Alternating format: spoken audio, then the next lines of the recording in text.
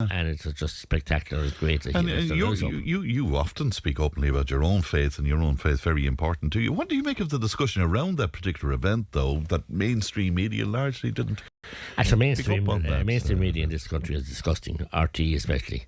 I mean, it's time that the people rebelled against this. I mean, after all the scandals they had there in the recent years, and nothing has changed. And then they come back, and Minister Catherine Madden, one of her dying acts before she finished up, was to give her acts in government, was to give them not only, as they normally got 60 or 70 million a year, give them 725 million for a 3-year period. So they do the government's bidding 100%. Well, they're seen as the public service broadcaster for the nation. So. Yeah, but it's time to take off them, because they're not. Because you do excellent work, and many more stations like you, and your sister radio in Tipperary, Tip Midwest, and many, many other investigative journalists. And indeed, I have a lot of issues with the RTE investigates. I mean, why wasn't the BBC Panorama or somebody brought in to investigate RTE? Who investigates the investigators? This is the problem. I mean, I know lots about the investigation that they've done, some of them have done, and the shoddy practice they use. I saw the way they hijacked the whole Sabita Halapanar issue, time of the repeal of the 8. They're not fair or balanced, and they have an agenda, and it's pretty pernicious.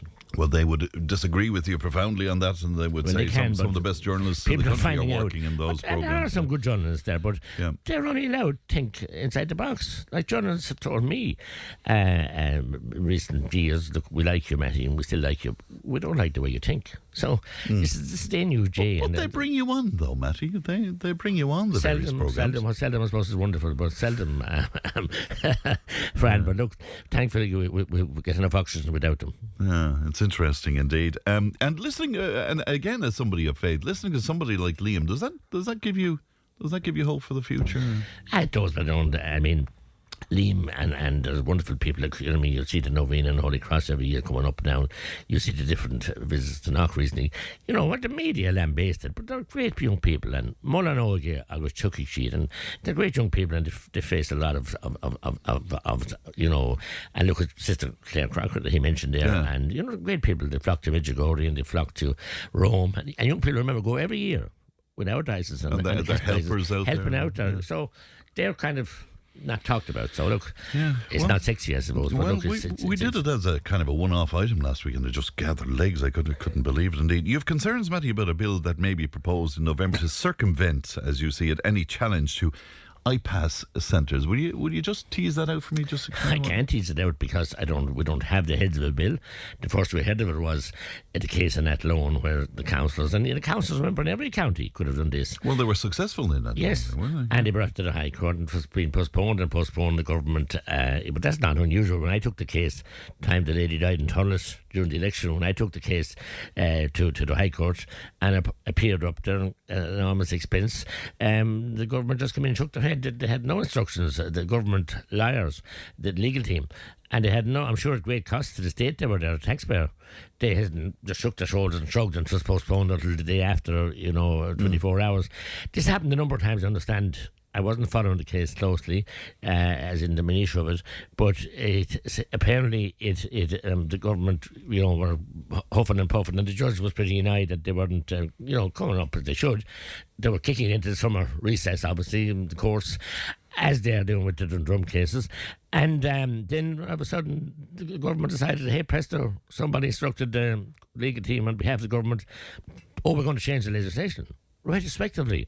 A bombshell. I'm finding it hard to get my head around it. Is it that if issues emerge with an iPass centre, whatever they might be, it could be fire issues or whatever, that in retrospect then they can be sorted?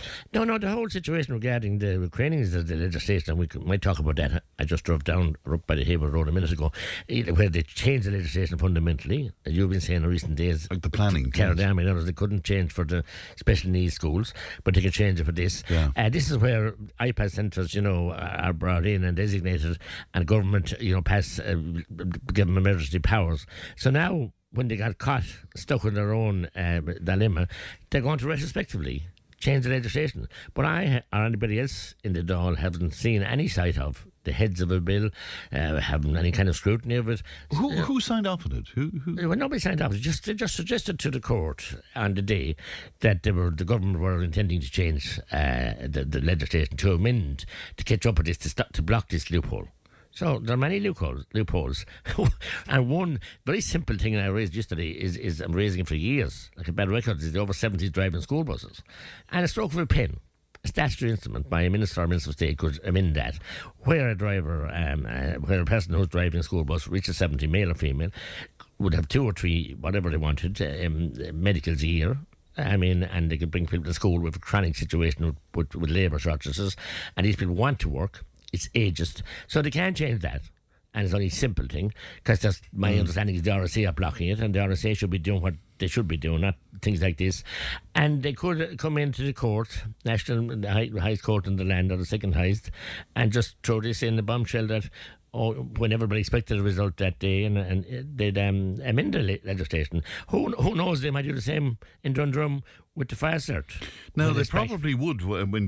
If we speak about that notion of circumventing the challenge to iPass centres, they probably would say to you, well, look, we're in a desperate situation here. We have to find accommodation, so therefore we have to find ways around this. Or otherwise, there's that not in my backyard aspect not to at it. all. Why don't they do the same for housing? Our own people. Just got worse and worse and worse. I don't know how many housing ministers we've had, and how many promises, and how much efforts is made, and it's going nowhere. And we have a desperate. Why not throw the baby out of the bathwater here and just level the field, declare an emergency, and do what we should do, and debunk all the regulation and build the houses, and it's not rocket science.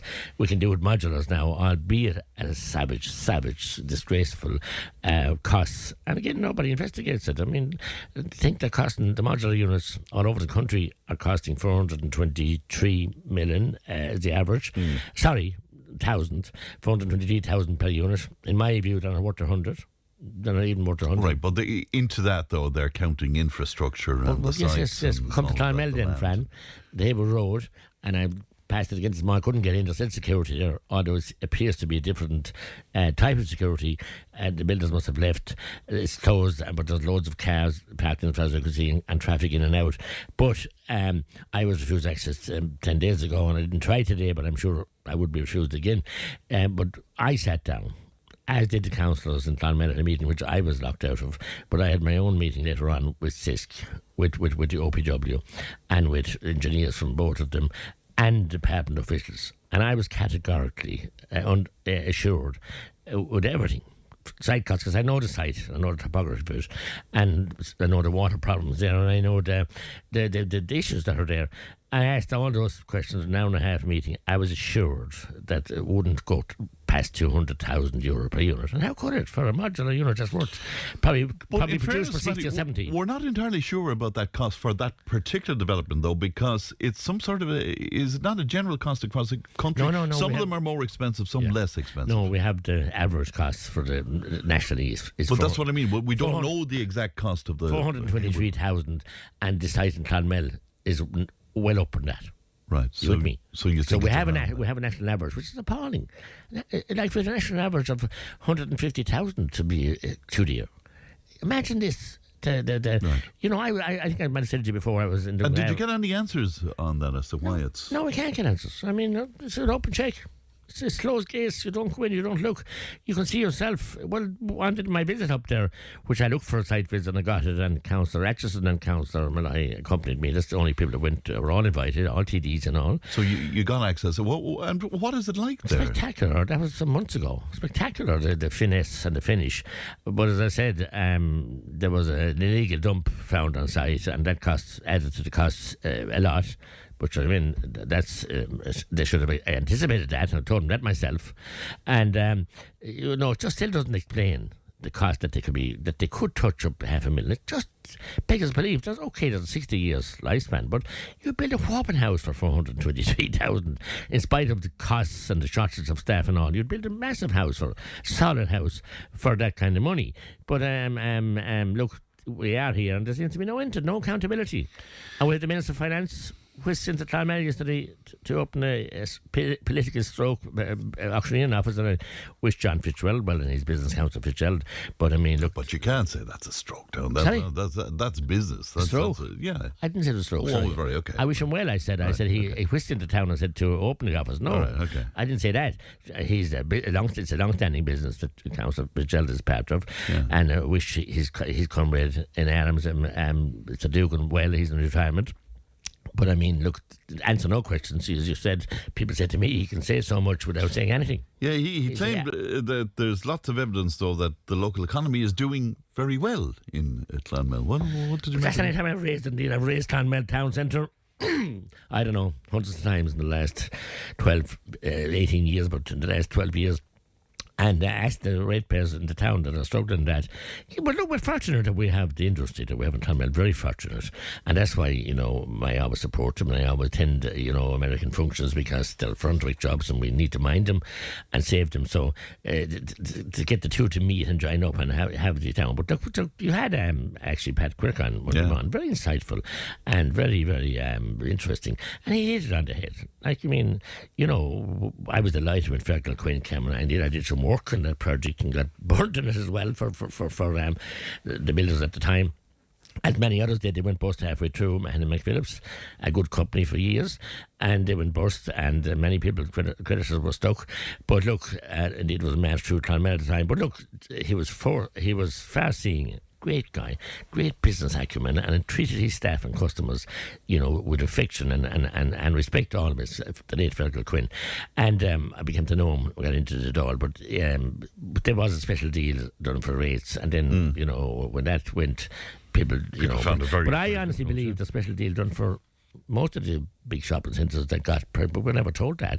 The special to make it attractive for them to come in. Yes, but we put three of them outside the town, and we sucked the lifeblood out of it. I was down at the former county engineer Clonmel man's funeral in Dungarvan on Abbeyside on Monday evening, and I walked around Dungarvan and had a bit to eat there, and to see the shopping centre, which I drew corn at one time so the Avonmore plant or Water Co-op site.